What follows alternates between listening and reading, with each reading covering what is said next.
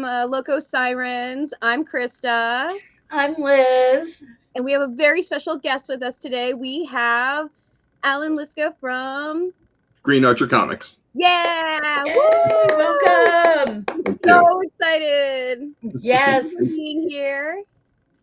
we I'm love thrilled that to be you're here as well. I know this has been planned for a while, so I'm really excited about this. We're so excited to finally get you on. We've been trying, yeah, like he was saying, we've been trying for a while with scheduling, but we're so glad we can finally get it to work. Absolutely. Yeah. So we are going to go ahead and do our normal routine of going through our top 5 of the week. Well, wait, why don't we have Allan tell everybody who he is for the people who don't know, because not all of our viewers are local. So go ahead and introduce yourself to everybody, Allan. So my name's Allan Liska. I'm the owner of Green Archer Comics, and we make comics based on old pulp legends that we are bringing back and setting in a modern setting. Sometimes we like to leave them where they were. So I'm sure we'll talk more about that as we get through. Yeah. We got a whole bunch of fun questions and stuff for Allan later, so you guys can learn more about him and all of his fun work. I've read some of them and they're really, really cool. So it's very, very good.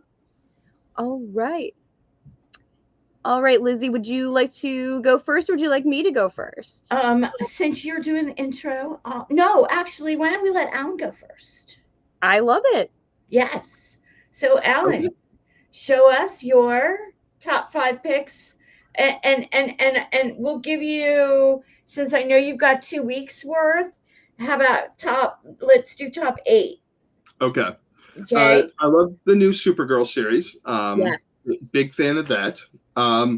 This is one that I wish more people were reading. I really like Exploit. I think it's a really well-written show and a really well-written comic, and it's very tight. And as a professional security person myself, they get the tech right, which is not very often done in comics. Anything Zatanna, just a huge fan, and big fan of Campbell, who's basically just doing everything in the book, like clearly a labor of love. Dog Tag number 2. I like where they took this from the first one. I like the fact that it's going to be in kind of a different part of the world each time. The Sirens Love Hurt. It's nice to see. I don't want to give away the ending. Never mind. I won't say anything. But I always love the Gotham City Sirens series. They're a lot of fun. This one was a little more serious than some of the others, but I still think it was done really well. And I understand why they gave it the Black Label. If Destruction Be Our Lot. Animatronic Abe Lincoln is always a win for me. All right. So I really have enjoyed the Phantom series from Mad Cave. Mm-hmm. I will say I'm not as big a fan of the new artists that they have on here, but I still like the story, and it's still Ray Fawkes telling the story, which I think is a good fit. And that is 1, 2, 3, 4, 5, 6. So I only have 2 more. It's hard. That is going to be tough. Just go ahead and give us, since you're doing 2 works, so just go ahead and you can do 4 more. Do the full 10. All right. So Tracy, good. I've been a big fan of the new Dick Tracy run. Yeah. Is Ted okay? Dave Chisholm. Like, the weirder he gets, the better I like it. I don't know what happened to I have all of the covers of Barbara Gordon Breakout, but I don't know where they went. Like, I've got 3 different piles, and they're in one of the piles, so that is one of mine. The only problem with it is, and Krista, you may not be old enough to remember this song, but every time I read it, I have the Swing Out Sister song Breakout stuck in my head. And I cannot get it out. And then Absolute Green Arrow 2. I don't think the description is matching the story. They kept like talking about Mike Myers and that kind of stuff in the description. That's not what I'm seeing, but I love a Green Arrow that is Black Canary led. I think that's really cool. And and the murder mystery aspect, and then kind of a bonus, the reprint of this. I always, we'll talk about this later, but I thought that was really good. So there's my 10. Nice. All right, I'll go next. All right. Okay. And all right, so just for this last week, my I don't have these in any specific order, but Absolute Batman for sure. This is the Nakayama cover, which Kent told me connects to the Nakayama Catwoman cover, but it doesn't look like it connects. Like I put them next to each other on both sides, and they don't look like they go together. But he could have been referring to a different one. But why would Nakayama do a connecting cover with another artist, So anyway, I'm not quite sure what's going on with that. And maybe it's going to be other, and it's going to be more than just the two of them, and theirs don't connect together. So anyway, it was very, very, very good. Lots of surprises in it. Yep. I keep saying this every week, that there's an Absolute. You really need to be reading the Absolute universe. It is so good. I'm not reading all of them. I'm not reading Green Lantern or Flash or Martian Manhunter. But I am reading all the rest. And I love them. They're so good. I can't put them down. They're normally I'm really kind of anal and do everything in alphabetical order, even my comics, right? But they'll always, even though they're A's, they would still go above anything first. You know what I mean? I always want to read them first. Speaking of, and Allan just mentioned this, Absolute Green Arrow. Yeah. I'm not getting a Michael Myers vibe either. Yeah. I am getting a horror movie vibe, like we don't know who the killer is behind the mask, right? Maybe because I'm so ingrained in that 80s culture of Michael Myers has a very specific mask. So if I'm not seeing that mask, I'm not seeing Michael Myers. But I do, again, I have to agree with Allan. Love the mystery. Love that it's led by Dinah. Love this iteration of her. She's, I mean, there was a comment that Scott Schneider made in one of the conversations that they were having when they were doing the KO, right? Yeah. And he was saying that in an out and out fight, Black Canary beats everybody on the table, no powers, right? Mm-hmm. So like, if you put Wonder Woman or Superman in the ring with her where they don't have any powers, she is going to kick their ass because she was trained by Wildcat and she's better than Ted Grant. He said he left the gym to her, which in, I guess, the DC editors' minds, that means that she's the epitome of what he thinks a writer is. And you really get that vibe with her in this. I'm very curious to see who it's going to be. Like, I will say that. Is it going to be a zombie Ollie? Is it going to be somebody that we don't? Is it going to be one of the kids? Is it going to be Connor? Who's it going to be? So yes, I'm very curious about that. And I like that they're dragging it out. It's only 6 issues. Please don't answer that, DC. Please don't answer that question till at least issue 4. At least give us that. Give us this draw out because I'm loving it. I think the best thing they could do would be to have it be Shiva from Best of the Best, who's getting revenge against Black Canary for losing the match. That was such a great run in and of itself. I know some people don't like Tom King. I love Tom King's writing.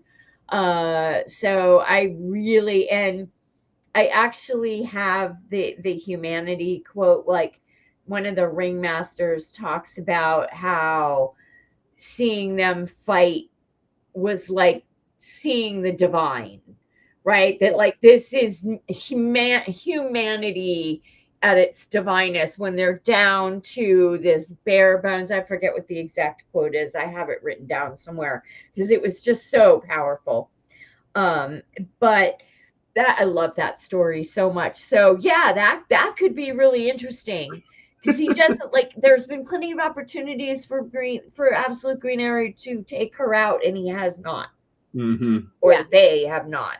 So this is not 100% sure it's a man or a woman. So, but yeah, I'm loving the mystery. Really, I'm sure when both this and Catwoman end, we're not going to want them to end. Yeah, which is the point, is they are going to do a big crossover, and this is going to allow them to bring all these other characters in. Yeah. To that crossover, right? So I'm here for it. I know it probably won't be till next year, but I'm totally here for it. Number 3 for me, as always, whenever this is the Scott Forbes variant of Catwoman, this story, I wasn't sure what to think when they dropped that she is going to be Carmine Falcone's daughter. And that he had arranged for the murder of her mother. And that's several issues ago. So if that's a spoiler for all you out there, I'm sorry. But the other thing that I'm really liking is starting from that, right? It's like they're bringing things in from When in Rome. They're bringing things, Tor Run is bringing in things from The Long Halloween. She's bringing in things from the Ed Brubaker, Will Pfeiffer run. Like this whole issue brought back Slam Bradley, one of the oldest detectives in comics ever. Apparently, he was like in the very first detective comic, #1. I learned that from Uncle Gary watching Kodak's. Shout out to our brothers out there in watching land. But yeah, I'm really digging it. You know, it's really nice to see this history being respected. And this one had Holly and Slam and her sister Maggie. And her sister Maggie is still to this day in therapy because what Black Mask did to her in 2005. It's just wonderful. So I can't wait to see how, because even in this, Poison Ivy is mayor, you know, Vandal Savage is commissioner. So I'm really interested to see how this story is going to play into Bad Seeds, which is coming up. Yep. Number 4 for me is Sleepy Hollow, The Witches of the Western Wood, and I've really enjoyed this. I wasn't, you know, I anybody who knows me knows I love anything witchy. When the first one came out, I saw it and I was like, because I knew there had been Sleepy Hollow comics, but I hadn't realized until you told me that they were just basically telling the story of the movie. Yeah. And that this, if I had seen the movie, I could totally read this without having read a single comic. Yeah. And you're right. And it's been fabulous to get this backstory. I mean, there are a couple things, because, you know, you get those flashes in the movie of the backstory. Yeah. And those flashes have been in the comic, which is kind of cool. So they really did their research and really are tying this very, very, very well to a movie that's 10, 12 years old now. It's been a while. It's like the late 90s, I think. Was it the late 90s? I was thinking it was the early 2000s. So 20 years then. Anyway. 20-something years old. Yeah. Really enjoying it. Love seeing how she, got involved with the Hessian. So looking forward to it. I guess there's one more issue coming out next month, and then it's done. And yeah, it's made my top 5 every, both last month and this month when it came out. And finally, I know this is on Krista's list as well, and this is Odin number 2. This is the A cover, I do believe. Yeah. Oh my God. This story is just like so over the top. And It really yet is. so relevant today. And yet so very rooted in Odinism. Yeah. And it's so there's all this, if you know anything of Odinism, which my partner John is an Odinist, as my son doesn't really claim, but he's practiced. But anyway, there's symbolism everywhere. But yeah, given what happened at the end of 1, right? Mm-hmm. Which the beginning of 2, which I don't want to give away to anybody who hasn't read it yet. You've read it, right, Krista? Yeah. Yeah. So the beginning is exactly how I would react to the knowledge of what happened in 1. And I'm wondering if they're going to go this whole series. It's supposed to be 9 issues with at the end of every one, because like last month it was a very abrupt cliffhanger, and so was this month's. I mean, it was just it was very good, but yet quite pushing an envelope. Yeah. Really pushing an envelope, and I kind of like that. So I'm always like things that push envelopes. So that's it for my 5. You're up, lady. Alrighty. All right. So which one do you want first? Let's do maybe the order that I sent them in, I guess could work. Okay. I don't know if they, hold on. Let me double check that they downloaded in that order. I did label them 1, 2, 3, 4, so they should be good, because as I went through them with the top 1 through and did, as I always do, KJ 1, 2, 3, 4, so we should be good. Yes. All right, ready? All right, so of course I did Absolute Batman. Same cover too. I love this cover, which so is much. really, really funny. It just keeps getting better, and I don't understand the magic. Like, they sold their soul somewhere, because like it just keeps getting better. It does. It does. With the things that you just don't expect. I mean, because you're so ingrained that everything in Batman's world is supposed to be, the way we know it, and this just turns all of that up on its ear. Well, I think a lot of people share this opinion, and this may be controversial, but I really don't think it is in the Batman universe specifically, like you come for Batman, but you stay for the villains.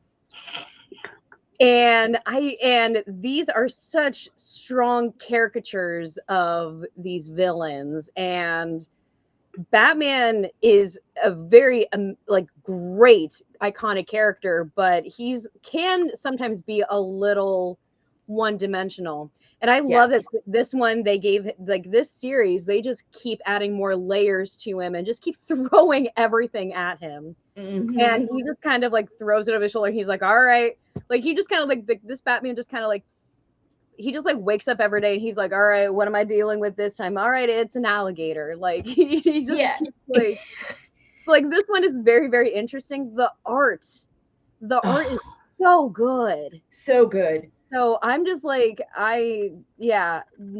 also, I love the difference in the villains. Like they took the villain gallery and made most of them his best friends. And I love how they all got warped at Arkham, and how some have forgiven him, some haven't. And you can see how these characters are evolving into sort of the villains that we know of, but yet with subtle differences. With cool subtle differences. Well, that's that little panel where Waylon was like, "Oh, we gotta stand behind Bruce," and the group was starting to be like, "No, we don't. Yes, we do." You know what I mean? They were starting to, and I really love that dynamic. That who would have ever thought of making the core of his rogue gallery outside of Joker, this group of friends that he's had since he was a little boy. And I just think, yes, it adds such another layer to the onion that they keep adding. It's like it's a blooming onion that never ends. Exactly. That is really bad for your heart. Right. Because I will eat as much blooming onion as you put in front of me. I know a lot of people hate on Outback, but blooming onions are awesome. Hey, my daughter works. She works she's a manager at an Outback. So yeah. Really? Oh, which one? Springfield. Oh, okay, very cool. Noted. Yeah. Full disclosure, I love Outback. Hey, me too. The only thing she teases me because she's like, we haven't had it in 25 years. They used to do this creamy onion soup that was to die for in the 90s and early 2000s. They haven't had it in 25 years. But every time I go to one, I'm like, God, I miss that soup. But yeah, no, they make a Queensland pasta that's chicken and shrimp. Yeah. I can't eat shrimp, but we always go because we both eat small portions. So we'll go and we'll order one appetizer and one entree and split it. And they'll bring the shrimp out on a different plate. And I'll eat the chicken and he'll do the shrimp and we'll split the pasta. So I love the love eating there. Yeah. I can throw down a blooming onion all by myself.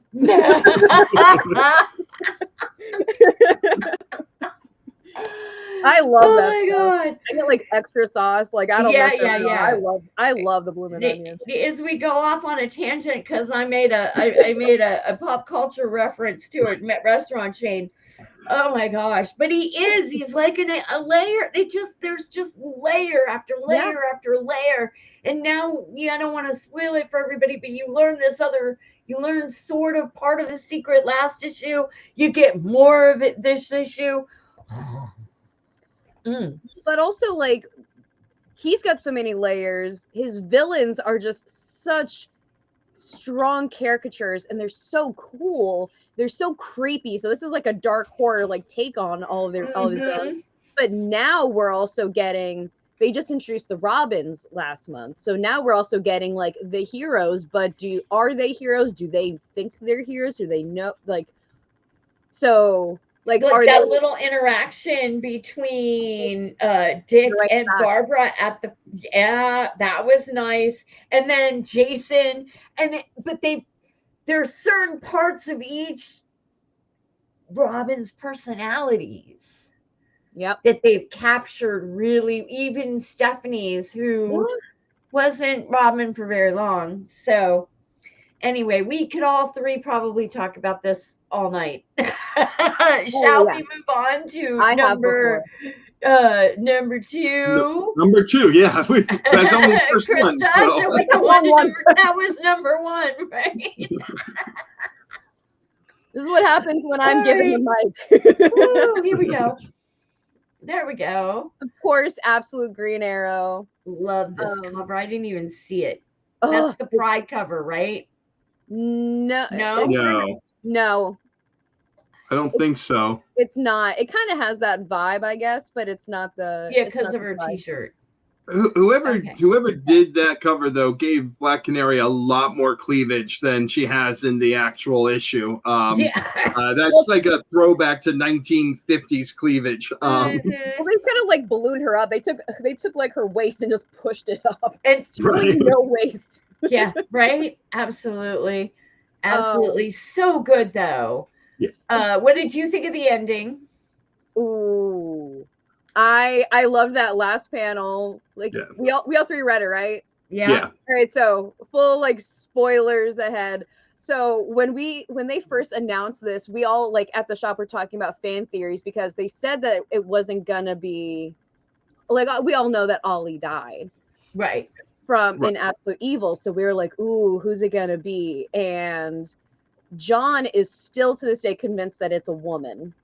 So Allan's theory of Shiva could be okay. John But I is think still, if you're doing a murder mystery, since Shiva hasn't been introduced, I think that's a little far fetched. But but I mean, you do have you do have the other woman that Dinah talked to. So in theory, it could be her. I love that they're doing the kind of 70s whodunit detective show where they're dropping the hint that maybe it's Roy. Can't be Connor now. Right. Oh wait, sorry, spoilers. Can't be Connor now. But yeah, at the very end when she's like, all right, I'm gonna go ahead and call Roy, I was like, well, Roy, when we were talking in the shop about who it could be, I said that I thought my fan theory was it was going to be Roy.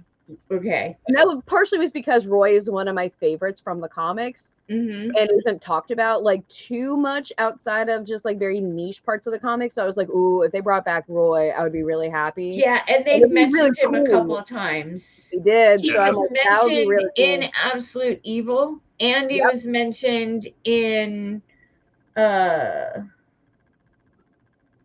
was it Batman or I want to say it was during the Batman Wonder Woman crossover. He was mentioned again. May have been. But it was briefly when they were talking about all the other people in the Yeah. But that's what Roy I was seems thinking. like the most obvious one based on Green Arrow lore, and that's not a reason not to do it. And it could be you introduce him in issue 2 as definitely a suspect, so that everybody thinks that, and then forgets about it in issue 3 and 4, and then bring him back. But yeah, I mean, Roy, that's where my mind went to. But I feel like if you're doing a good murder mystery, he's almost a red herring.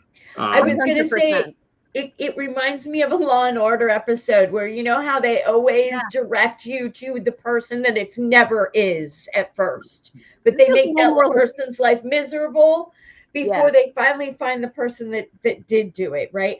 And I kind of got that feeling, as you said, 70s, 80s TV cop detective show. It's never the first. No, unless it's Columbo. Columbo knows exactly who it is, and then he spends the rest of the episode figuring out how to prove it was him. But other than Columbo, yes, that is correct. True. So true. Yeah, it definitely feels like an episode of Criminal Minds for sure. Yes. It's very dark and twisted. You're just kind of like, oh yeah. Great reference too. So it's very Criminal Minds-esque. Yeah, where it's very dark. Yes. Very dark. But I agree with Allan where I'm just like, I love that it's such a dark mystery. And you're getting like breadcrumbs, but it almost feels like they're breadcrumbs to the wrong kind of bread at times where you're just like, this is like a breadcrumb, but is it the right one? And I like that a lot. I like that they're keeping us guessing, and it's really, really cool. Yeah. Agreed. So I'm really, really digging this. I'm almost sad that it's going to be a short series, but I have a feeling that the character is going to stick around. That's what I'm hoping. I mean, you have to remember when Joshua Williamson launched Green Arrow a couple years ago, that was only supposed to be a 6-issue run, but it sold so well they kept it going for 24 issues. 36 issues, I think. Oh, wow. Okay. Yeah, so DC is flexible. If people are buying the comic, they'll keep making more of it. Yeah. Right. And we were even talking last month when issue 1 came out that there were more pre-orders for Absolute Green Arrow than there were for Absolute number 1. And I think it's because the success of Absolute Batman just caught everybody by surprise. I don't disagree with that. Yeah, I mean, I totally agree with that as well.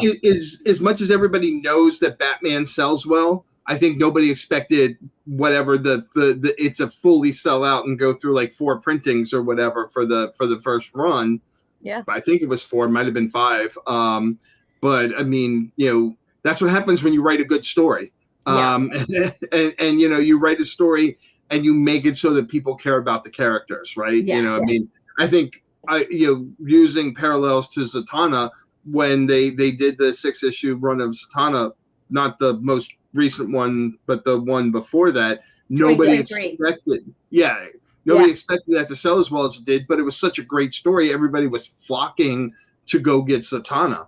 And so it's, if you tell a good story, people want to buy your comics. I mean, that's why Liz, why you and I have no Marvel on our pull list, because right now Marvel's not on our pull list, but I have some Marvel. Hold on, let me count. I have 1, 2, 3, 4, 5 Marvel titles out of and a couple just ended because Storm and Rogue just ended, and I'm not reading the X-Men comic that is where their stories are getting picked up, because I'm picky. If they would do a Cloak and Dagger, I'd be on that, like, a flea on poop. But they, we did get the 3-issue run when they were doing Age of Revelation, which I thought was great, and it was a wonderful story. But they don't, the characters that I like, they don't focus on. Like, Wanda's got the best story right now as Sorcerer Supreme. Yeah. And the only reason she didn't make my list was because she was this week, but I had to only pick 5. And this particular week's was not terrible, but it wasn't, oh my God, Yeah. So I just think for some reason Marvel's struggling and DC seems to have figured out what to do, how to tell good stories. And it's not even, Marvel obviously has the money to hire great writers and tell great stories, but I think I feel like Marvel as a whole feels a little directionless right now. DC, they're like, okay, Scott Snyder, you're leading this thing. This is your baby. Yours to screw up, but if you do well, this is yours, and people are responding to that. I'm bring us back. Krista, I'm cutting you off while you're talking. No, but I want to bring us back to this conversation when we're done with Allan's interview, because I think that the DC Marvel storytelling is an interesting conversation. Yes. That there's definitely a few factors involved that I think we could have a really good conversation about if you guys are open having that conversation, which always we can get to after we get these comics run and then we do our interview. All right, so we're on number 3. Number 3. All right. Hey, this one was not on anybody's list, so you get to tell us all about this one. Yay, the $1 Trillion Kid. It was so good. It's from Ghost Machine, and I'm loving like everything Ghost Machine is doing. It's so fun, and I love that they're all so different, but they're pretty much all in the same universe, so they're all like separate stories, but all combined. This is such a fun one where this kid, his parents are like billionaires. It's that idea of like they had a really good idea, created something, and it made $1 billion. So he's a kid and he's like, hey, I think I can help fix my parents' problem. So he went ahead and one-upped them and he became a trillionaire. But you realize that he is living in a world that is so advanced because of all the great things he did for technology. So how much is he really living in reality versus not reality? But also it's really cute because he's a kid, right? So he has he has so much money, but his whole idea is he wants to share it. So he kind of just does what any kid's dream would be. He's like, all right, so I am going to start delivering candy to all the kids in the city. I'm gonna rent ice cream trucks and put them on every single street corner because it's a hot day. So everybody just gets ice cream today. Just like kid mentality, and it's so cute. So it's really fun to just kind of watch like what a little kid would do, like just a pure kid would do with so much money. So it's one of 4 stories, and they're gonna jump throughout the different like ghost machines. So he's gonna pop up in 4 different. So it's like an event, and then it's all gonna circle back to a second issue of the $1 Trillion Kid to kind of wrap up the story. Okay. Just like this kid going on all these like adventures. Oh, Try not to give any other spoilers, but there is a lot of like how much is technology warping reality kind of a situation as well. Ooh. But it's really, really cool. It's really fun. It was both mine and John's top pick of the week. Yeah. At the shop, we both picked it because there was just so much fun. I saw the pictures that you did too on Facebook that were mimicking the cover. Yeah. It was you. Yeah, it was hilarious. Yeah, I forgot to send them to you. You did, but that's okay.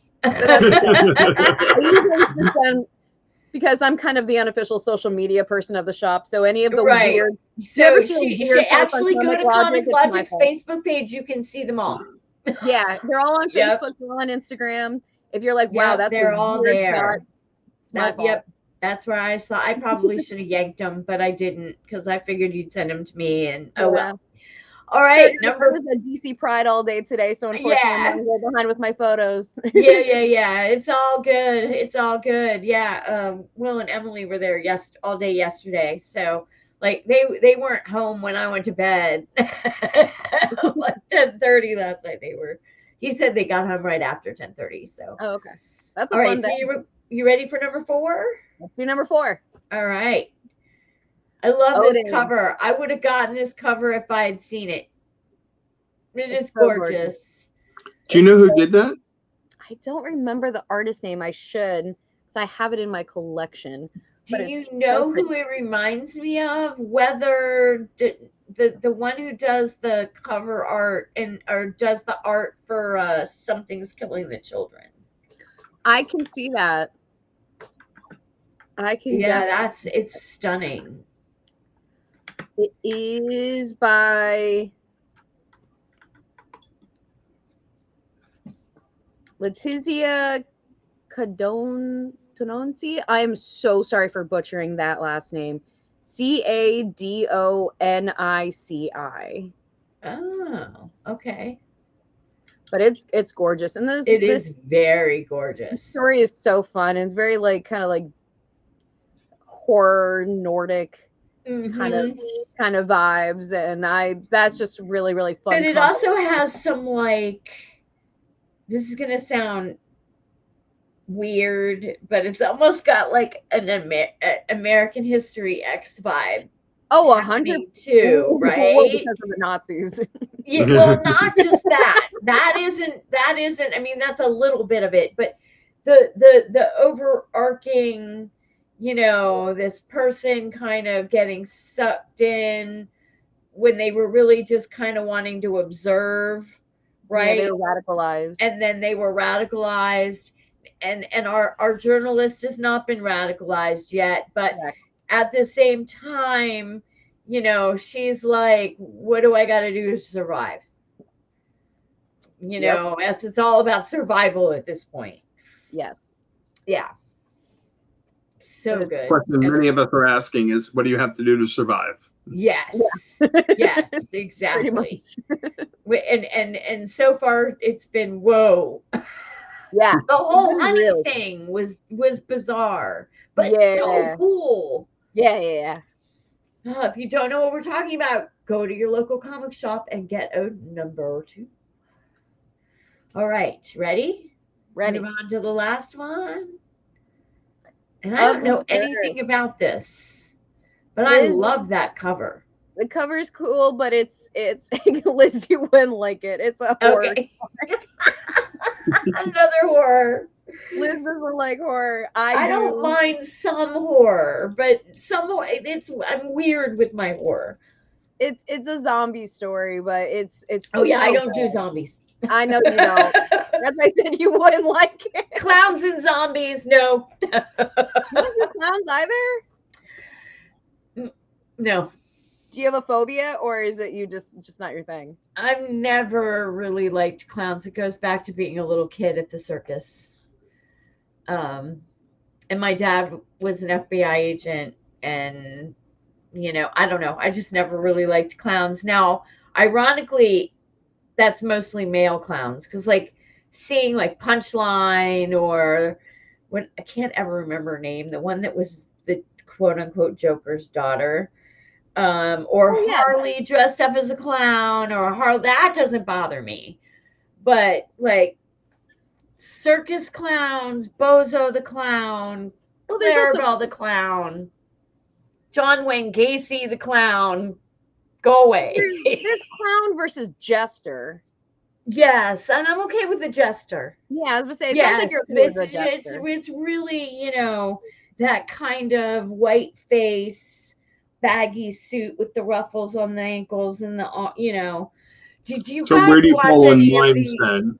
then? Hmm? Where do you fall in mimes then? Because they've got the white face, but not the baggy clothes. Mines are different because they're They're just trapped in a box. yeah, they're trapped in a box in their own They can't making. get you. Did Fair. any of you guys watch American Horror Story? Yeah. Freak show one with Yeah. Misty? I almost couldn't get through that season. Like, I had to literally walk out of the room every time Twisty was on the screen. He was so creepy. He was creepy, but I thought he was such a cool character, especially when you get to his backstory episode. I was like, that's I a did really watch the cool backstory episode, and you're right, it was very good. That was a particularly creepy season. And I have to admit, I haven't watched since the Roanoke. That was the last season that I saw. That was the Roanoke. worst one, so that makes sense. I didn't want to watch the cult one that was kind of about who, and then there was another one, but I'm really looking forward to the one coming up next, which is going back to the Coven witches. You would like, gosh, I think it was season 9 was Apocalypse. I saw that one.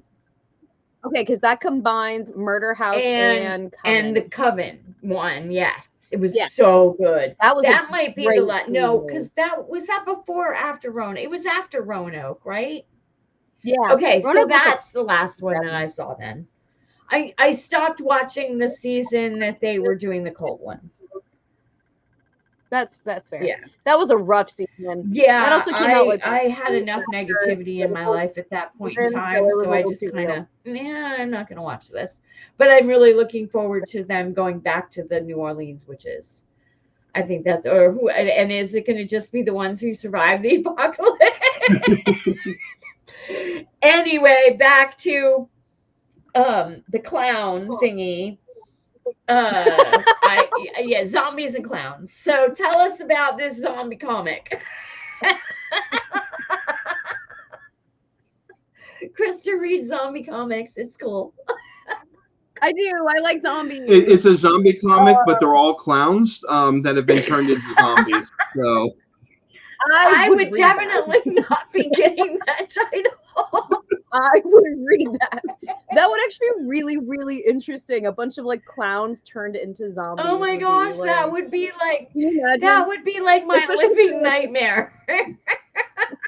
No, it'd be your undead nightmare. Well, that too. Especially if they're like the slow moving zombies and they're trying to juggle. Well, and instead of growling and shouting brains, they would just beep their little horn. Yeah. That would be terrifying. Can you imagine just like walking through like the forest and you just hear like a honk? Right. Or like when you see the horde, like in The Walking Dead, and they're just it's just 100 of them all honking their horn as they head toward the one thing. Yeah. Ooh. Oh my gosh. Oh Okay, my God. so zombie comic. So essentially you're following this girl who is going back to visit her grandparents, but you find out that it's during the zombie apocalypse and her grandparents may not have survived. Oh, poor girl. But just because they didn't survive doesn't mean that they're not still there. Oh, okay. You're like, that's not for me. No. But see, that's the thing. That's why I love horror comics, because they actually have some of the most like beautiful, heart-wrenching stories. White Sky is like that. White Yes. Sky is I can't wait for that next one. Say the next issue is this upcoming Mhm. week, and It's the yeah, that finale, story, right? Isn't it only I have it 4 written down. issues? I want to say that one is 5. Okay. Let me see, because I know I wrote it I down. love how she just on her phone and she answers all of these questions. It is issue 4 out of 6, so there's gonna be 6 issues. I gotta change that. Ooh, cool. But yeah, but that's a really good like zombie apocalypse like survival story. But it's about this like girl and her dad. So, and the dad gets taken by the zombies, so she's trying to save her dad. Are they zombies But though? That one's really cool. Or are they just like apocalyptic mutants? There's so many different definitions of Right. zombie, because you could be like True. you could be like a runner, you could be like, you could be oh my gosh, what is it? The brain eater, Once totally Upon a mindless, like from Brain Eater. Legend. The vampire ones, like vampire ones, Ravagers. The graphic novel or the comic Once Upon a Time at the End of the World, they were all kind of zombies, but they were more like radiation, kind of like grotesque zombies. So they were no longer human, but they weren't like necessarily zombie. They were just more like radiation people. Yeah, it was not good. But they were smart, and they were more like pack animals at that point. Okay. So there's so many different types of non-zombie. Yeah. Okay, well, moving off of zombies, I have a couple things to show off, and then we're moving right into our interview. Let's do it. So I got in yesterday's mail, I got my variants from Kendrick Leam, and for Absolute Catwoman. So I got this one with the green background. Ooh. Isn't that gorgeous? Yeah. I love it. And then it also came in a foil. So nice and shiny. Got to. And then it's also in a pink. I really like the pink. Isn't that gorgeous? And then it really also came in a foil. When you like it, get it in every color. Yeah. Well, it was a set, Yeah. So, but I'm happy with it. And then I have something to show off for you. So I'm going to have to stand up and stand back for you to get full effect. Okay. I love it. I love the showmanship.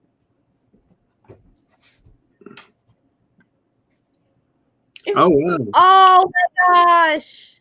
You framed them. Right?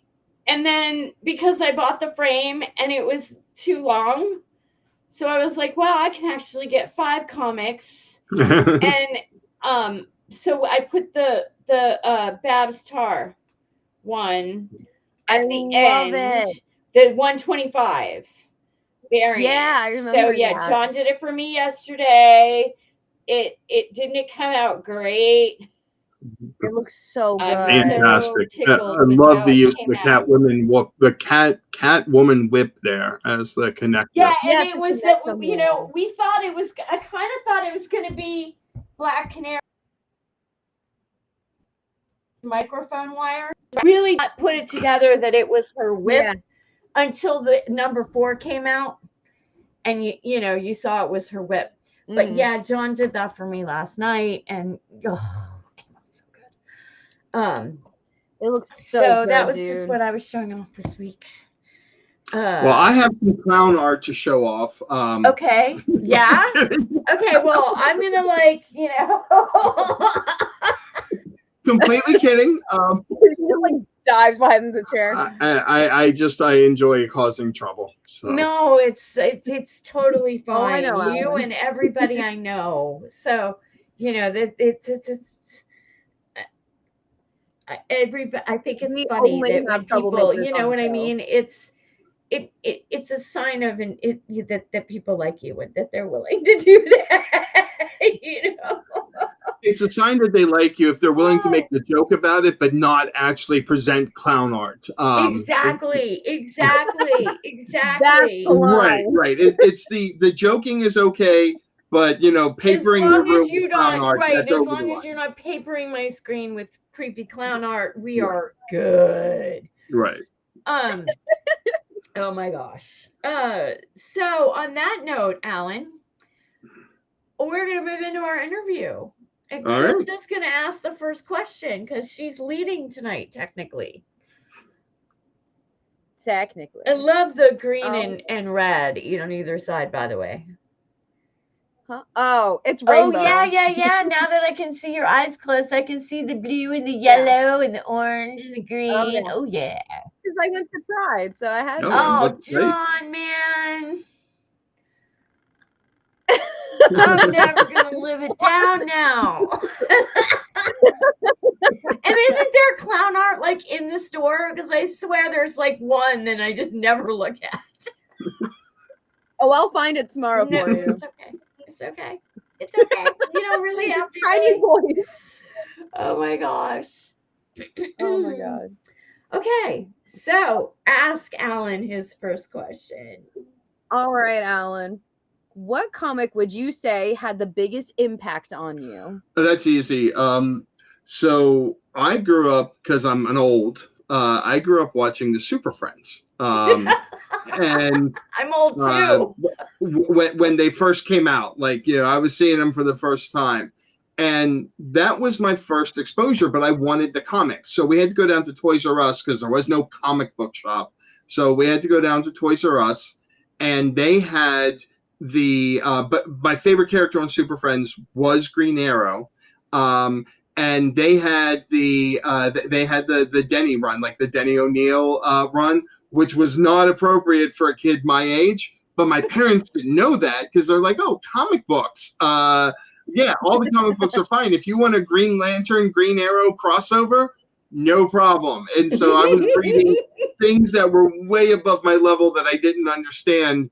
And then when I I started asking my mom some questions, she's like, we're going to stick with Batman. How about that? And I'm like, okay, fine. But I mean, that, like getting exposed to comics that could tell deep stories early on was kind of impactful to me, because I'm like, oh, okay, this is a serious medium. I mean, I was young, I was 8, so it's like it didn't register in my head that this is a serious medium, but I knew that they were telling grown-up stories. And so that's what I've always looked for in comics, are those grown-up stories. It's why, and Krista can attest to this because she does my pull list. There's a lot of Mad Cave in what I do, because I love the Mad Cave stories and the way they tell those really interesting,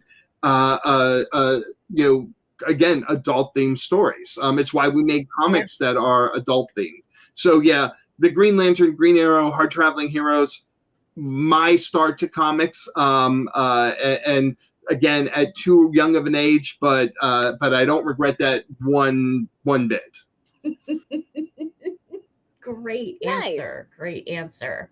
So my question is, what made you decide to become a comic creator, and when in your life did you make that decision, and how long did it take once you made the decision to?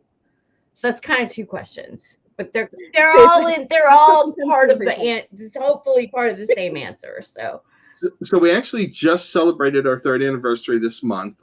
June 5th, 2023 is when we kind of launched it. And what happened was, our first comic was Yours Truly, Johnny Dollar. It's based on an old radio show about a freelance insurance investigator. We updated him to a freelance cyber insurance investigator because that's what I do for a living. I do ransomware investigations, and we thought it'd be kind of fun. I had a friend of mine who's like, this is really cool. This could be a lot of fun. It would make a really cool comic book. At first he said it would be a really cool podcast if you brought back Johnny Dollar and made him made him a freelance cyber insurance investigator, write the scripts and so on. And my only thought was, the world does not need another old white guy podcast. And so I'm like, but we could do this as a comic book. The stories lend themselves very well to that. I have 30 years of history and security of stories to tell. So yeah, how hard can it be to make a comic book? And it actually turns out to be pretty hard. However, I got lucky. So I'm fairly well known in the cybersecurity community. And so when I decided to do this, I'm like, I went through a couple artists. I finally found one that I like. I went through a couple cover artists, found one that I like. And I'm like, okay, great. We'll throw it up on Kickstarter. And if we raise the money, then we'll be in good shape. Needed about $3,000 to make the first comic, and we raised $9,000 on our first Kickstarter. And so I'm like, oh, this is easy. People just give you all the money in the world, and then you make your comic. And it turns out it's not that easy. Just like it's not that easy to make a comic, it's not that easy to run a Kickstarter. We've never come anywhere close to hitting $9,000 again on any of our Kickstarters. But what I needed to learn how to do was rebuild that audience. As an engineer and a tech guy, marketing and sales have never been my thing. I've always been kind of on the other side of the table. So now going to cons and being, can I tell you about my comic for 10 hours a day, is a real humbling experience. But even like building that fan base online is a humbling experience as you kind of learn and go through that, as well as continuously improving my craft. So really at the start of 2023 is when we started, kind of figuring out how to write a comic script and, get an artist and get the art and figure out how printers work and so on. And we've kind of gone on from there. Nice. See, and I thought it was just super easy. Yeah. like self-publishing an ebook. Right. So easy. But still, the fact that you persevered, right, and that you're still, like you said, you're still going to cons, you're still out there, no matter how uncomfortable it is, you're out there. So I think that especially at our age, in this second phase of our lives, right? That's not easy. No. So no, I have a lot of respect for you in that regard, that you're doing that. So kudos. I just posted, we've been doing this for 3 years. I just posted a video last week on YouTube. We lost a boatload of money at Heroes Con, because we know Awesome Con, we know Baltimore Comic Con, we kind of know what to expect. Heroes is about the same size as Awesome Con, but with a very different comics audience. So we thought, this is great. We can get 2 tables. We can go down there. We can afford the hotels, the gas, and all the other things. So all in all, including the tables, gas, and hotels, the trip cost us about $2,000. We made less than $300 from the con. So still 3 years later, we're learning lessons about things that work for us and don't. And, for comparison, when we do our LotCon over at Comic Logic, and LotCon is one of our favorite events, we normally do about $200 in that one Sunday afternoon.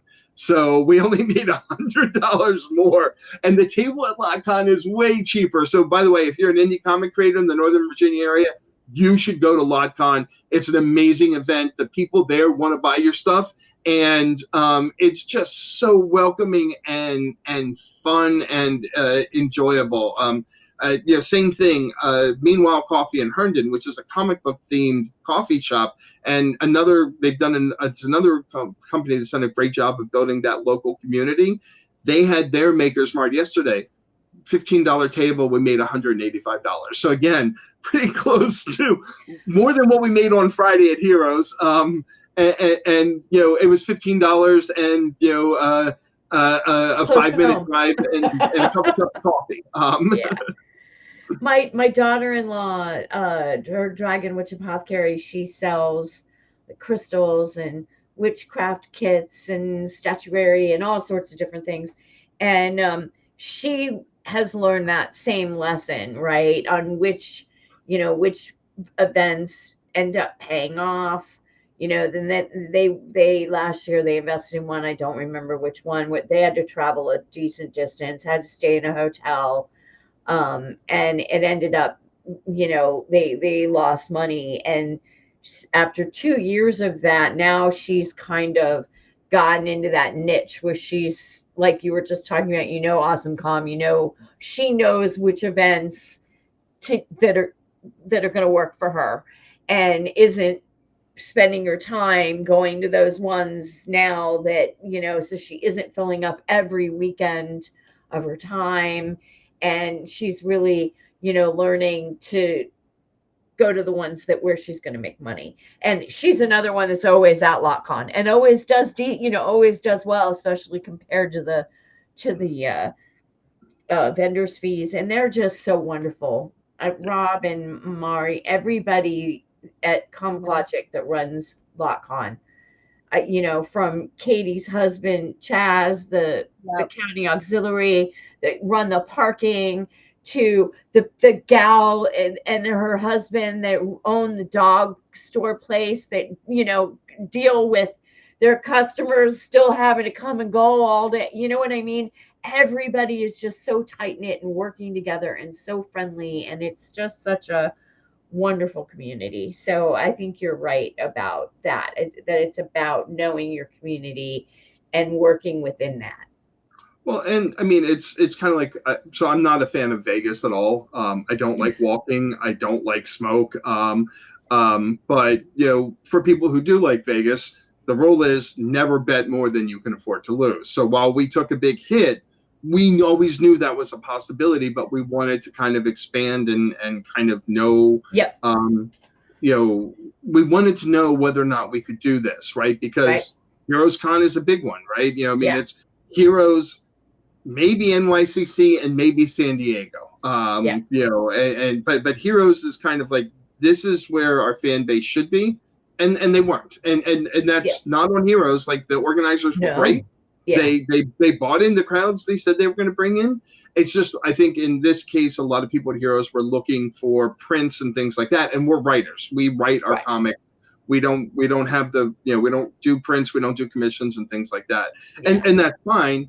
Now we know, like Bruce, my son, and I may go back to Heroes because we enjoyed it immensely. But we probably won't table back there, at least, not until we have 100,000 followers on Instagram or whatever. Not that any of that matters, because I like to remind people that every follower on Instagram is a cheap bastard who never buys anything. Dan Kelly says that a lot about his art too. He is like, people like it, they don't want to buy it. All right, Krista, do you have another question? I do. For Allan? Okay. It's ironically building on what you were just talking about is a good segue into my question. As a creator, what is your favorite experience at a con? Like, what is like the best, like, kind of like interaction experience you had at a con with someone? Now that we've been doing this for 3 years, we have fans that come up to us all the time that like, oh, hey, I love your stuff, and that's and it's nice to meet them in person, and I love meeting them in person. We're doing that with some of our Kickstarters. So like when we did our Green Archer Kickstarter, we had a viewing of one of the movies at a local theater so that local fans could come. And same thing, we're in the middle of our comic, our Kickstarter for the Saint comic, because the first Saint story has gone into the public domain. And one of the things we're going to do is there was a movie version that made in 1941. So for local fans who back us, you can come out there. You get the chance to hang out with Ben and I. That's my brother. We may have a surprise guest too. We're working on that. And building that community. Same thing that Rob has done. Same thing Jessica's done at Meanwhile Coffee. I think that in-person community has always been such an important part of comics. The first comic convention was in 1964, right? If you think about, like, Marvel hadn't even been fully established yet, and people were already like, oh, we want to gather and talk about comics. But that, before that, there was Shadow, conventions for the Shadow, like, because it was such a big fandom and so on. And I think that community, that in-person community, is so important for people, and it's harder and harder to do that. So we want to find ways to better do that. We want to be part of the existing communities, but we also want to build out and figure out how we can make our own local communities. Excellent. Love it. No, I love it. That's so cool. It really is. Okay, so I actually have a comic question for you. So Okay. last year at Comic-Con, I got this from you. Oh, nice. And you got the Cryptid so, Hacker for yeah, the Sarah Meyer you cover. signed it for me and everything.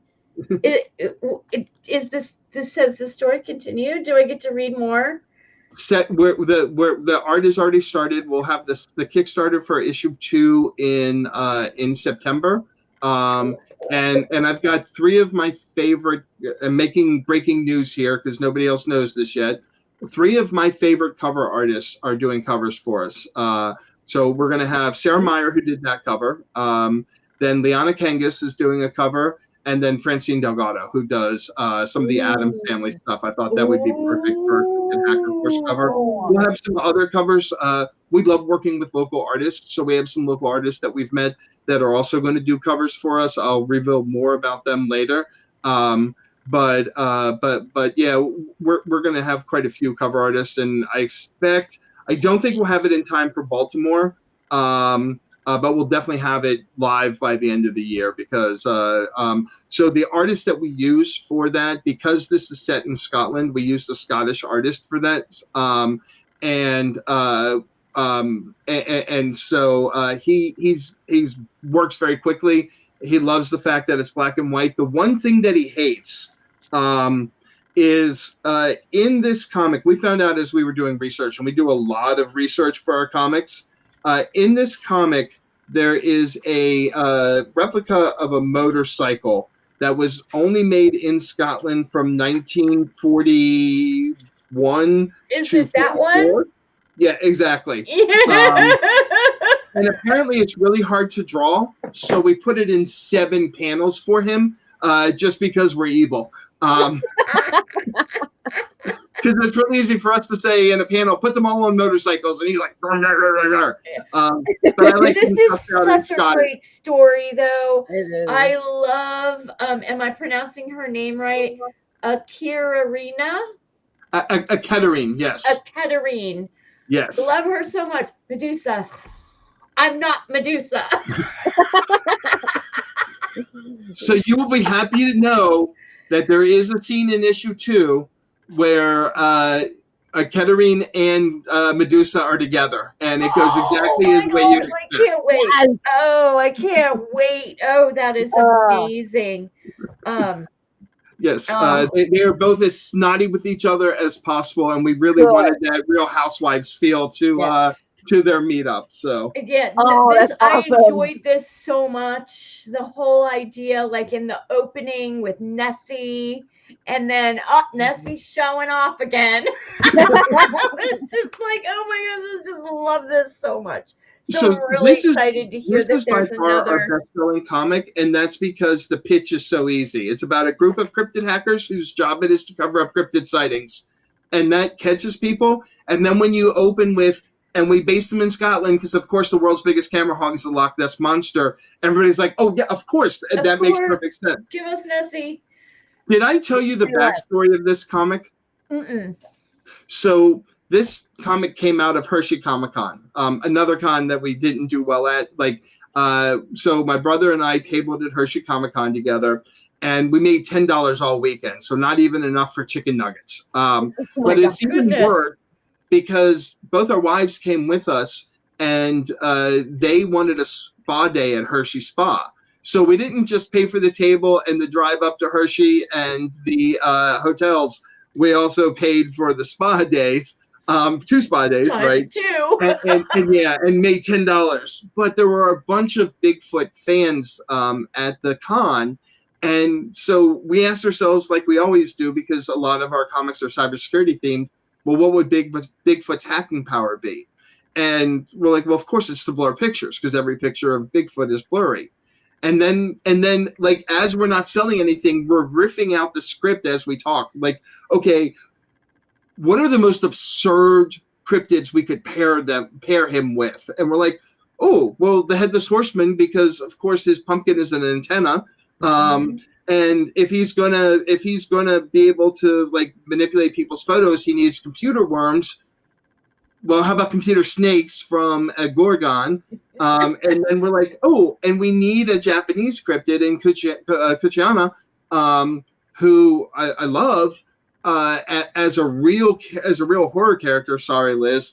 But normally if she removes her mask, it's bad for you. But having her, if she removes her mask, you're forced to tell your password. Yeah. Like all of that comes together really nicely, and it does. So it's really fun. And in issue 2, we get to meet the rest of the Cryptid Council like in person. So you get all the cryptids, your Dracula, your Frankenstein, and Frankenstein's monster. Are we gonna get to see a Cthulhu?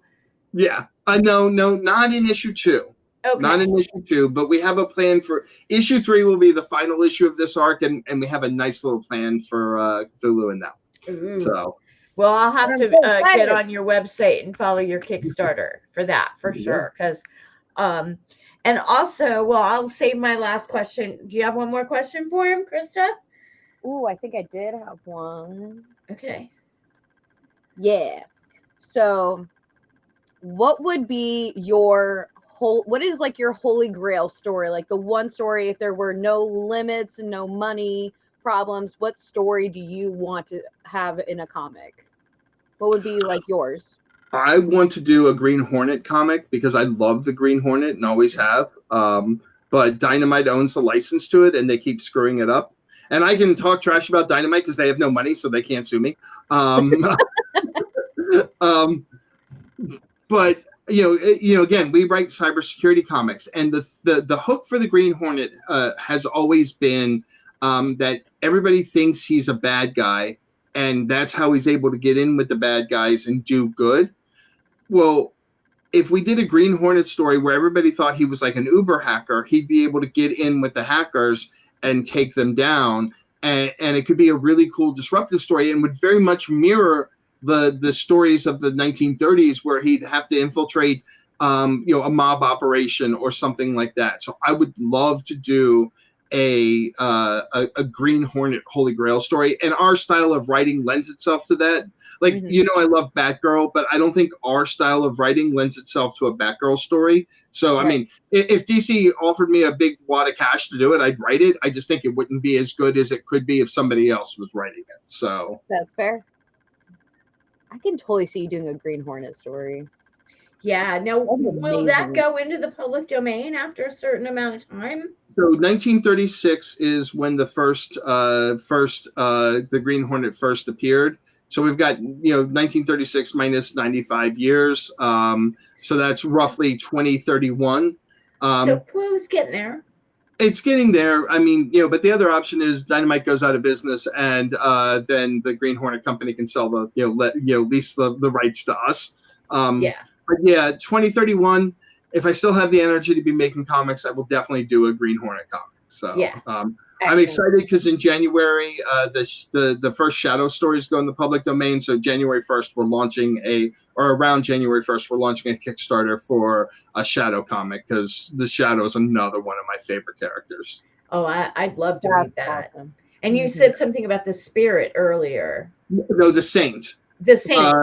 Simon Templar. Yeah. So for those of you who don't know, Simon Templar is James Bond before James Bond, except he doesn't work for the government. But he is written by Leslie Charteris. There's over 50 books over it.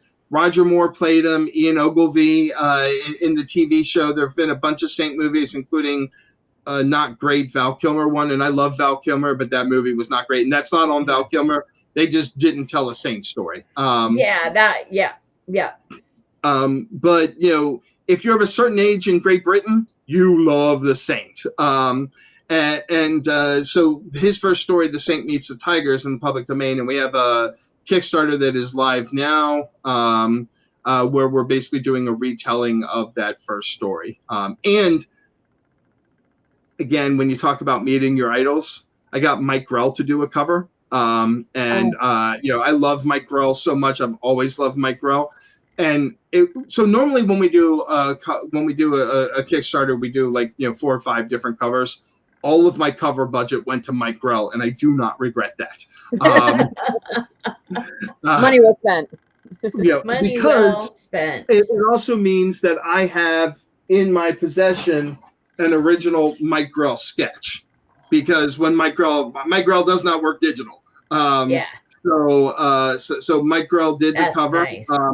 And in the first story, the Saint doesn't use any guns. He only uses throwing knives, Anna and Belle. And so that's why there's a knife in his hand there. I like that. But I was so excited to be able to tell this story because so it's a funny difference between my brother and I apologize if I'm monopolizing the conversation, but my brother Ben, who does a lot of the scripts with me, he's 10 years younger than me. So he grew up in a world of cable. I grew up in a world of you watch whatever was on TV. And Liz, are you from the area? I've been here since '80. Okay, so this might Connecticut be a little... prior to that. Okay. But the local channel 20, used to play the black and white Saint shows Friday night. And I had a TV in my room so I could watch the Saint. And that's how I learned about the Saint. And then I went back and found some of the books and read them and so on. And I love the fact that we have the most literate comic fans in all of fandom. When we did the Green Archer book, which is based on a 1923 Edgar Wallace novel, we also published a copy of that book. So like a pocket paperback, now that pocket paperbacks are dying. And we had like 70 people back the campaign to not just get the comic, but also get the book. Get the book, yeah. Right. And then when we did just recently The Conjure Man Dies, we also did a pocket paperback of that. And we had 70 people jump on that combination of getting the comic plus getting the book. And we're doing the same thing with the Saint. We'll do the same thing with the Shadow at the beginning of next year. So it's really cool to be able to not just bring our version of these old stories back, but here is an actual book in pocket paperback format, which is the way people read them, right? They either read them, pulp novels.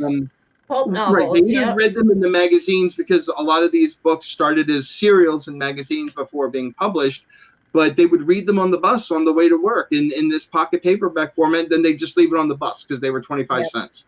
Yeah. Sadly, I can't sell the books for 25 cents. But we've managed to find a great local printer that can get them down to the point where we can sell them for $10 each. So that's not bad for a paperback, really. Yeah. So we're bringing that part of the history back as well, because we want people to read the original stories, and that's what we do when we write these things. We spend a lot of time researching the characters and the original stories and so on, because I think it's important. Even though they're in the public domain and you can kind of do whatever you want with them, I think it's important to stay true to the character. Like when Winnie the Pooh went in the public domain, everybody rushed to do a Winnie the Pooh horror story. And I'm like, man, I just want to tell a Winnie the Pooh story where he's hanging out eating honey, right? Like I don't, that's not our style. Right. But I don't, not everything needs to be horror. The one exception to that was when we did the Buck Rogers comic. So the two Buck Rogers stories, the Armageddon 2419 and the Air Lords of Han, fell into the public domain, so they were short stories before they were comics. There's a whole lot of racism in some short stories from the 1920s, so we removed that part out. Like, we didn't want any of that. But there are also some really cool things, Like they were talking about, unmanned drones, and they were talking about video conferencing, and there's like really cool retro futuristic tech that's described in these stories. And we wanted to really bring that forward, just again, without the racism part. So keeping true to the spirit of Buck Rogers in a way that is also not just incredibly offensive. Right. It's pretty cool. And I want to tell a story about a female werewolf. Oh, I'm sorry, Liz, I cut you off. No, it's okay. What were you saying? And I said, we've been very lucky so far. Nobody's come up to us and said, oh, but I really like the racism part. Because we're not selling it. Let's hope nobody says that. I hope no one Right. ever. No one ever. No, I was just saying that I would love to someday write. I have no artistic. I'm a great colorist, but I'm not great. I'm a good colorist, but I can't draw for anything. But I want to tell a comic story about a female werewolf. Nice. I want to tell the classic werewolf story, but from a female perspective. And I want to, I don't want all the misogyny from the 17 and 18, early 1900s, right? So I kind of want to tell this story about this strong, go get 'em woman, even in that time, right? Because she would have been turned like in the early 1700s, kind of like she's from Louisiana, and I have the story kind of like thought out in my head, but that's as far as I've gotten, Right. And I just listening to you talk about your stories and how the process and how you've told them and everything. It just made me think, wow, I wonder when the Wolfman's coming into the public domain. And would it still be the same if it's a woman? Probably not. So my last question is totally self-serving. I was looking at what you offer on the back here, and where can I get the #1 of the Press Guardian? Because that looks really interesting to me. Oh, I'll send you a copy. No problem. Yeah. Awesome. Just email me your address and I'll send it to you. Absolutely. Are you going to be in the store on Wednesday? Yeah, this Wednesday I will be. Okay, I'll write it down and give it to you on Wednesday. Yeah, Okay. I was looking and I thought, oh my gosh, I really want to read. Just the cover made me go, I want to read that. Wait, which cover did you look at? It's the one that you have in the back. It's she's got the Oh, okay, yeah. That's our Luke duo cover. So the Press Guardian, it took us a year to get on Marguerite Savage's cover, but she does redheads better than anybody else. So when we did the trade of the Press Guardian, we were like, we need you to do this cover because I want you to draw redheads. And again, I think Marguerite Savage does redheads better than anybody else in the business, and just a joy to work with. That is gorgeous. Yeah. We have people that buy our trade. They don't even care about the story. They just want the cover. And I'm like, please read the story. I put a lot of time and effort into researching disinformation and Nazi punching. I'm always looking for new things to read. That's for me. It's about like the art's secondary. Like if it's great art, that's just like the cherry on top of the icing. It's all about the story for me, So I worked with a bunch of young kids on this one, and young, they probably don't think they're young kids, but I'm in my late 50s, so they were young kids to me. And one of the things that I wanted, and hopefully you can see it in here, let me get in screen, there it is. I wanted an homage to the Kevin Costner Robin Hood movie. Yes. And when I told them, when I described the scene in the script, I said I wanted to look like office door. I'll be right back. Yeah, no problem. When I described the scene, I said I wanted to look like Kevin Costner's Robin Hood, and they're like, "Who? What?" And I'm like, "Oh no, I'm old." So I made them all watch it, and then, or at least watch YouTube clips of it, so they have the general idea. And I think they nailed it. And I just, but again, it's those references. Those 90 movies date us. What's that? Those 90s movies date us. Right, exactly.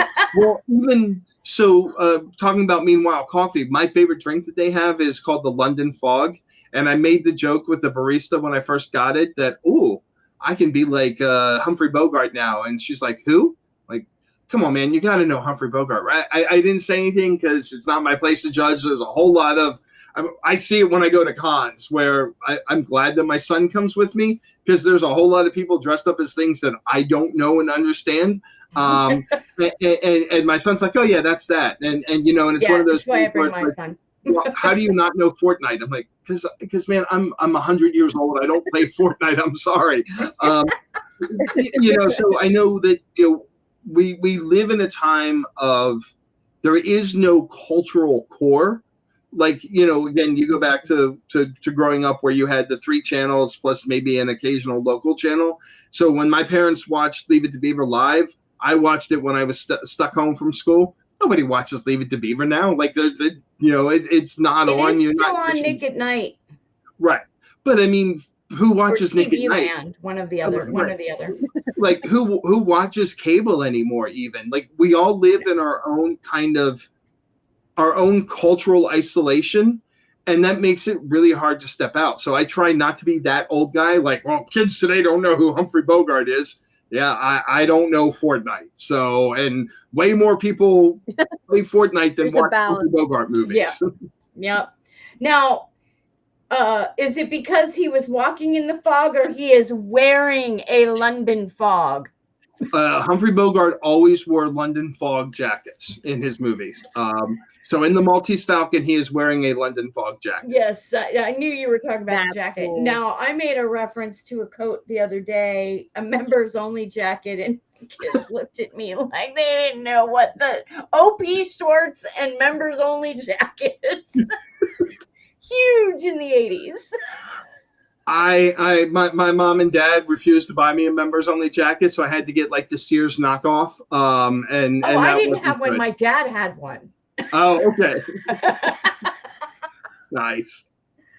Oh yeah, no, I didn't have, no, I wasn't.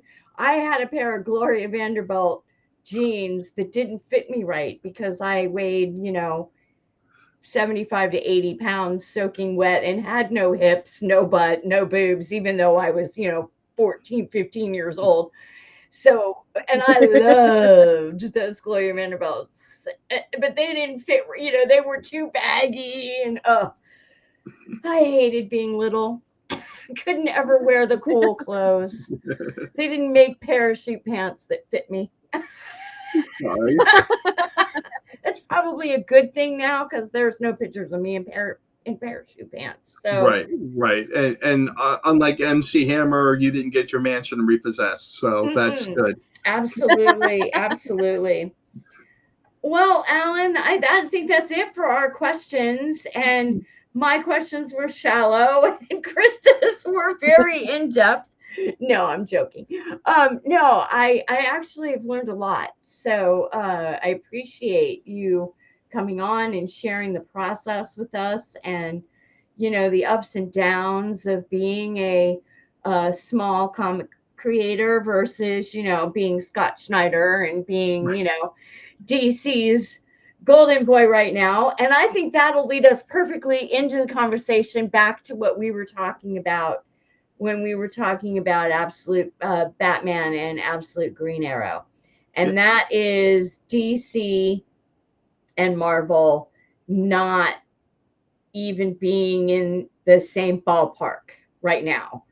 We talked about this, Krista, like I think 2 or 3 weeks ago when I had shared an article. Yeah. And they were saying that DC is just, and that it's more than just the storytelling, which is amazing. Right. But that Marvel's editors or the high ups, whoever makes the decisions on runs, right, keeps limiting their writers, right? They like won't, they won't go beyond 3 or beyond 6 or 10 to 12 tops. And then it stops and then they start all over again. And that readers get frustrated with that. Whereas DC is telling these major, dramatic, comedic, overarching stories on all these different fronts, right? you have what we were talking about with Matt Faction's Batman, which is being tied to Poison Ivy's title, Catwoman's title, Barbara Gordon Breakout, right? Allan, you were saying in our pre-show, which we do offline, guys, sorry, that you're a little confused about what was going on between the Matt Faction Batman that came out and the new Barbara Gordon that came out last week. So I want to briefly, where are you confused, to see if Krista and I can solve that confusion for you. So it almost feels like they're telling two different stories. And I know that the messages were kind of, I guess they weren't pre-recorded, because we saw at the end where Barbara was actually recording that message, what looked like from the prison. And so we're in, you watch the Batman series and you know, Barbara Gordon's completely under control. She's got everything going. Nobody needs to help her or anything like that. And then in issue 2 of Breakout, you know, she being drugged and, you know, being you know, kind of abused, like not at all in control. And I know that never underestimate Barbara Gordon. Like, this all may be intentional, and this all may be like, you know, she actually knows what's going on. But it does feel like those are, I like the fact that they're in that shared universe, right? And that the one impacts the other, but it does feel like it's two different perspectives, if you will, or two different things that are happening. I think that it's the same. Well, there are three different things happening, really, because you have whatever the plan is. They've been talking about the plan in 2 issues of Batman and the first issue of Breakout. And she was like, no matter what you hear, no matter what you see, no matter what, stick to the plan. So we don't know what the plan is yet, right? So I think there is a little bit of confusion there, in that there is a plan.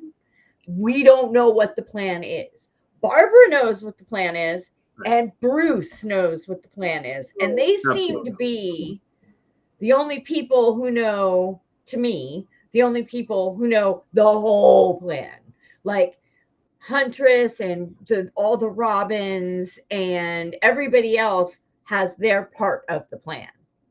And so I think that there is a little bit of a disjointedness in that there are holes that we as the reader don't know yet, but they're talking about in the comic. Like, we're reading it, like the people talking assume we know, but we don't know, right? And I realize that that's a story. This is leading us into Bad Seeds, right? This is leading us into a big crossover. I think that what the disconnect is, that Batman's issue, you're getting not just Batman's point of view, but there was all these point of views of everybody in the family in his issue, right? Barbara's, though, you're only getting Barbara's. And all plans are not foolproof. Right. So I think you're right. Like, I think that she knew going in that it was going to be dangerous, and that she was going to have to be, you know, on her toes, and really the drugging, I don't think she expected. But then we're also like, who is this other, you know, because they introduced this person at the very end. I don't want to give away spoilers, but all the pieces of the puzzle haven't been put on the board yet. Like, her dad reiterated about pieces that are there in this puzzle, but they're not on the board yet. And I think that is what can make it feel disjointed and from different perspectives, because it's like a jigsaw puzzle and we don't even have the whole frame. It's like we have this little grouping of the color blue, and down here we got a grouping of the color green, and we got 3/4 of the edges put together, but we're still missing pieces Right. of the actual frame of the puzzle, not to mention in the interior puzzle itself. So I think that I'm hoping some of these things, some of these questions and confusions will get cleared up the further we go into these series and we see what's going to happen in Bad Seeds. Yeah. So it reminds me of the Mike Tyson quote, everybody has a plan until you get punched in the face. And I think that's what's been missing from a lot of and going back to what you all were saying about Absolute Batman, I think that's what's been missing from a lot of the Batman comics recently. As much as I love them, as much as I love the Batman run, Batman has contingency plans for everything, right? And so it almost feels like he's never caught off guard. And that doesn't make for as interesting a story. And I think that's why Absolute Batman resonates with so many people. It's like, oh, because this is a flawed Batman where he doesn't know everything. And so when you talk about Barbara Gordon in the prison getting drugged, like that might have been something she wasn't planning for. Like she might, she knew that she might be going to the infirmary. Maybe she wasn't counting on the nurse being in cahoots with these other people. And so that was that plan. That was that punch in the face that wasn't part of it, because she's not ultimately Batman. She can't plan for every contingency the way Batman is, because she's not a freak. Right. So I would argue she's close, especially when she's in Oracle mode. Oh yeah, no, I again never ever underestimate Barbara Gordon, right? I mean, we've learned that over and over again. Right. So I don't. I don't think that, but it is nice to see that you're giving the villains agency to do things that maybe you don't expect. Whereas you're like, no matter what happens to Batman, you figure at some point he's got a contingency plan for the thing that happened. Mm-hmm. And so you kind of lose that villain agency in some of the Batman stories. And I do think that's a challenge that Batman has when you're trying to tell stories now. Gotcha. Yeah, no, that makes sense to me. It does. No, that makes total sense to me. I think that's also kind of going right back to our original discussion. I think that is where Marvel is kind of dropping the ball and DC has not. Because I don't want to say that Marvel's more concerned about telling stories of their live action than they are their comics, because I know that that's not actually the case, and they are putting out some good stories. I'm really enjoying Sorcerer Supreme. They just did, they're doing a 5-issue Moonstar, I've got Moonstar as well. Yeah, and really been enjoying that. Daredevil's, he's a teacher. That's Stephanie Phillips's run on Daredevil has been really good. But even those, like, okay, Sorcerer Supreme is an exception, and maybe because her and Storm to me are the two exceptions, because they're been consistently written by the same person for now 3-4 years, right? So even though Wanda made the jump from Witch at her shop in Emporium with the door to Sorcerer Supreme, it was a consistent played right into the final story of her and Vision, and and right into Sorcerer Supreme.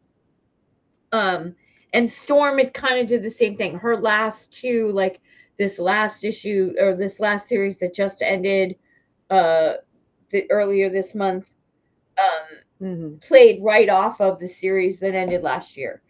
And I think that's good, but they're not doing it on everything. Like I heard some complaints that they're starting all over with Batman. I mean, not Batman, Spider-Man again, right? And they're kind of going to redo everything over again. Now, I know some people are looking forward to it only because everybody's hoping that they're going to correct the mistake with MJ and put, him and MJ back together, right? But Gary was talking about last week. People don't like always starting over. So it's kind of like, stop letting us only read anywhere from 3 to 10 issues and then nothing for a few months and then start over with a whole new story. I personally want more consecutive things, right? I want to see how the world is connected, right? I think that's why I like reading Justice League Unlimited, even though I keep saying I'm going to drop the title. And then as soon as I get upset that the one issue's boring, the next issue's fantastic, because it shows how the entire DC universe is connected. And I think that Marvel tries with their big crossovers, but they don't do as good of a job, right? Like the last time they showed anything interconnected with Blood Hunt, and even like, well, I have to go back because I didn't read Age of Revelations, and I know there was an Age of Revelation. Hi, Mike. But with Blood Hunt, even it was like all of this story. There was like 2 stories that were interconnected, and all the rest kind of were like happening, but they were all standalone. You know, and I really like, maybe that's why I like DCKO, right? Because it was all connected, and now we're still dealing with the fallout with that all these months later. So I think that's one of the reasons DC is really knocking it out of the park. I feel personally that Marvel is putting more effort into their MCU than they are their actual comic stories these days. Now, and I could be wrong about that because I don't read a lot of Marvel. You know, I know Krista, you read a lot of Marvel. You like Fantastic Four. You know, I know that there was a lot of things when those movie, like Fantastic Four, their title played in a lot to the movie when it came out. Yeah.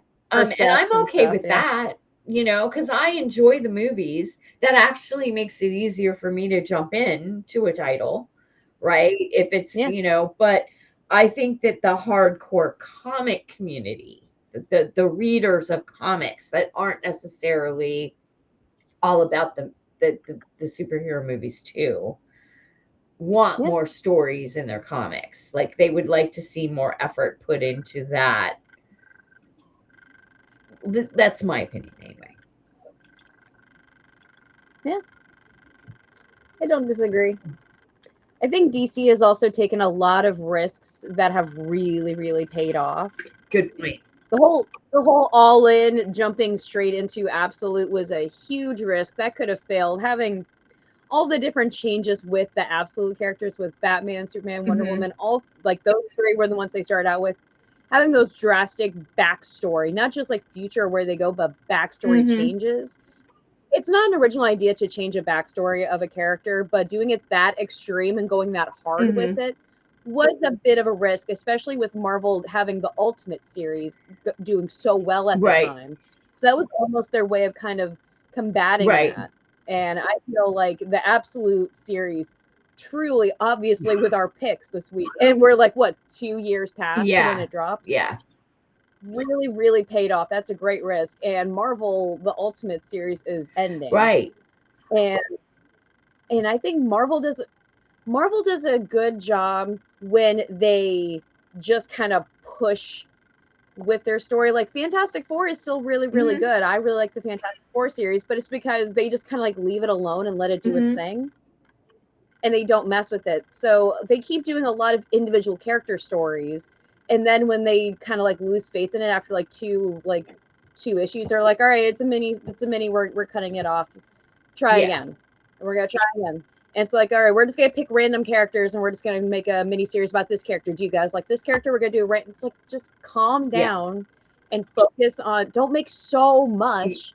Focus and just kind of relax on a few. That's why, again, I really like Dr. Doom. I think they did a good job with One World Under Doom, and then they did The Will of Doom, which was kind of like a almost like a like an epilogue and then it went into the Dungeon of Doom, which was kind of a fun little side quest. And Sorcerer Supreme is actually part of that. Yeah, end of that. That'll kind of connected. You didn't necessarily need to read all the stuff before it, so you can just kind of jump in at any time. But there were some fun Easter eggs that if you read the other stuff. So Marvel, I think, did a good job with that kind of stuff. But there's just so many stories that they just keep throwing so many different characters. They're like, here's a new #1 of like this random character. And it could be really good, but there's no continuity. There's no continuity. It's not consistent enough that like you gotta really like trust it. So I really like certain like writers and artists that I trust, which is part of the game of a comic reader. It's like, hey, this is a random comic, I've never heard of it, but Green Archer is writing it, so of course I'm gonna read it. So you gotta like trust the people, the creative team. 100%. You can't really trust the label, just Marvel Comics anymore. You almost have to trust like the creative team behind it.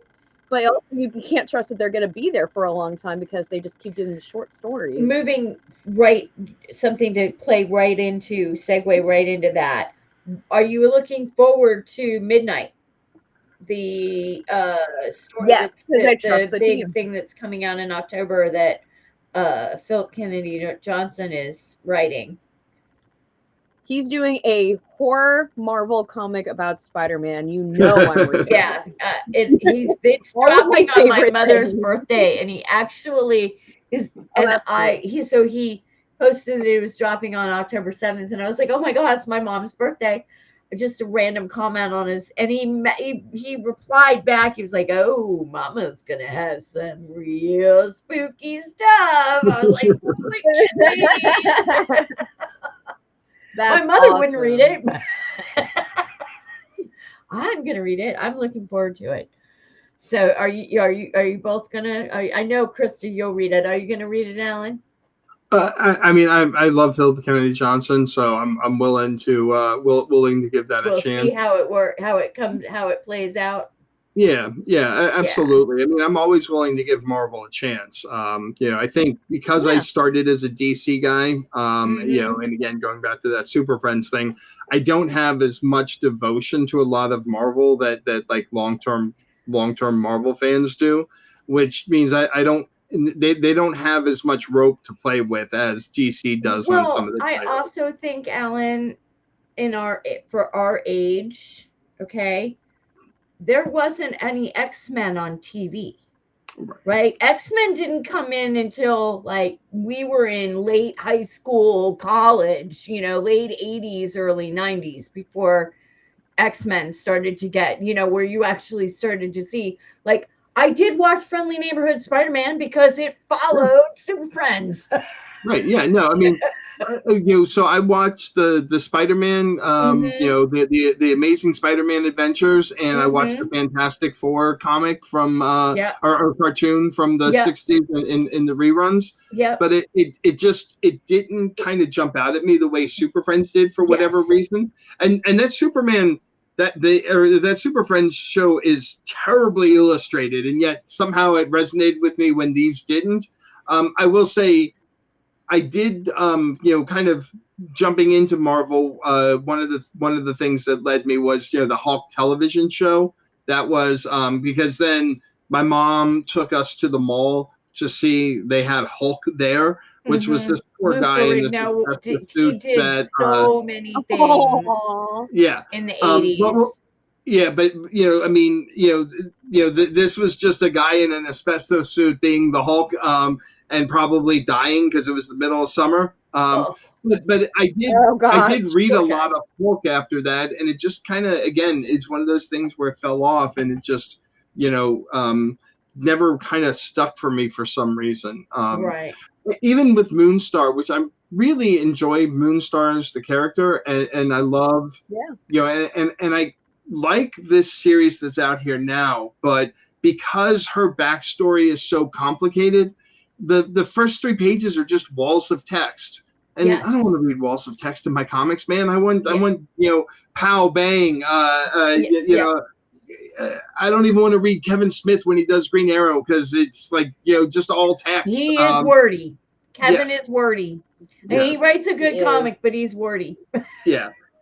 And so, but I understand why you have to do that. Why, explaining why she was a Valkyrie and all these other things. But there's got to be a way over a 6-issue miniseries to better bring that into the world without me having to, read War and Peace before I can get to the punching. Yeah. No, 100%. I agree with you. Yeah, All right. that is fair. So I think we're ready to segue into our final 3 questions. Are you All right. ready? I'm ready. All right. So you can give us them in any order. Favorite female character, which I'm guessing is going to be Barbara Gordon because you've been talking about her a lot. And then favorite female writer, favorite female artist.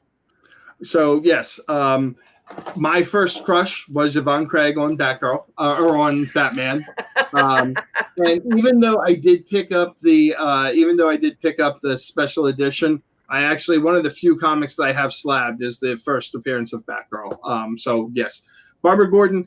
I don't like the Killing Joke. I think that it's kind of representative of the time of that you would like do that to a female character.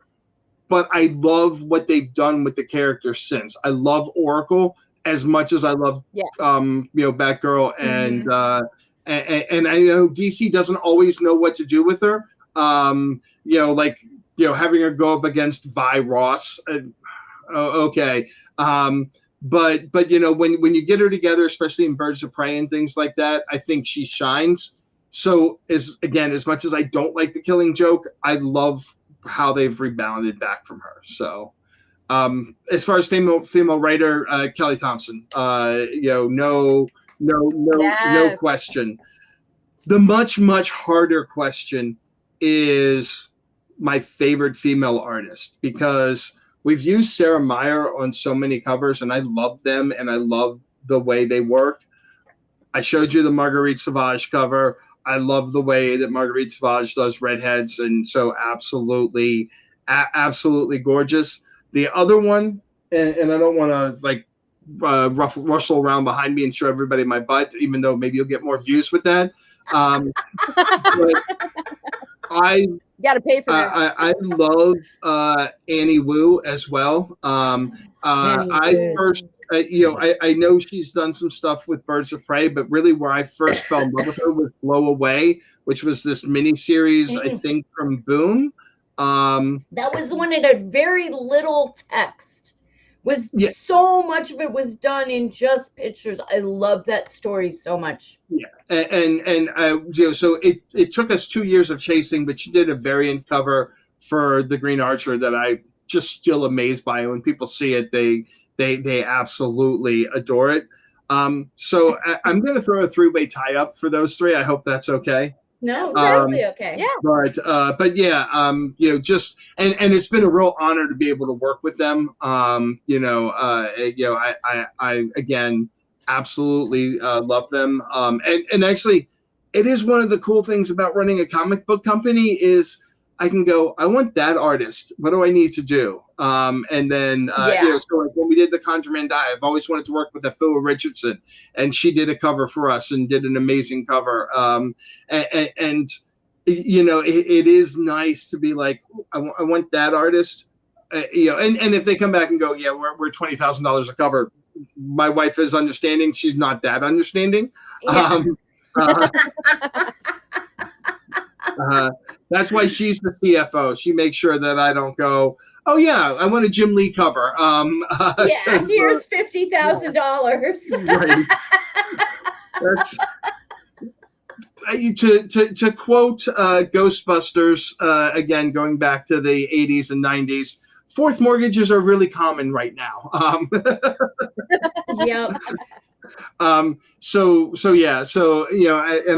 apologize for cheating on that one, but I've just had such an incredible experience working with all 3 of these artists, and I would work with them anytime that I can get on their availability. Hey, we love hearing about female artists. So, yeah, and it's nice like I love Amanda Connor's work too, but it's nice not to hear that name out of someone, because everybody's been kind of picking the same, almost the same artist.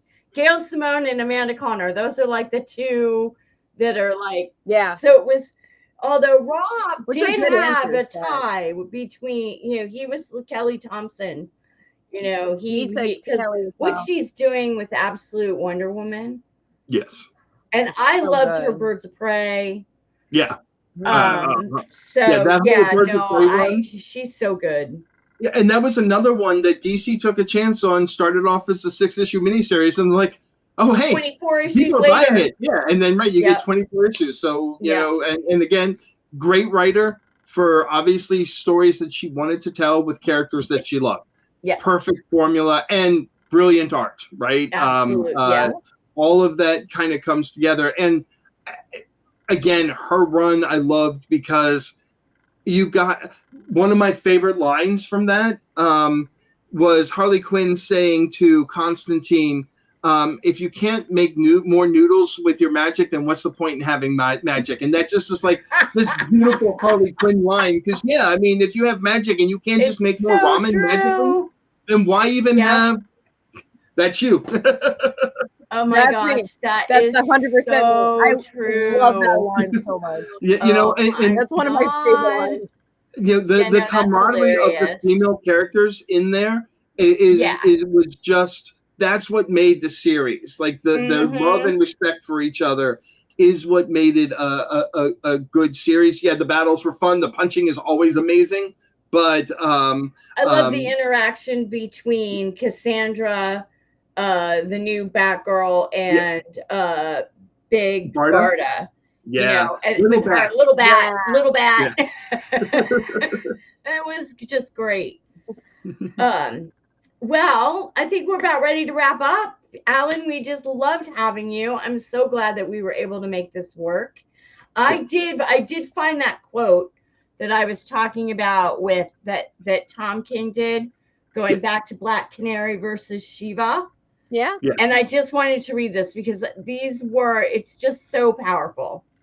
So this was the two guy, this was one of the ring, what are the announcers?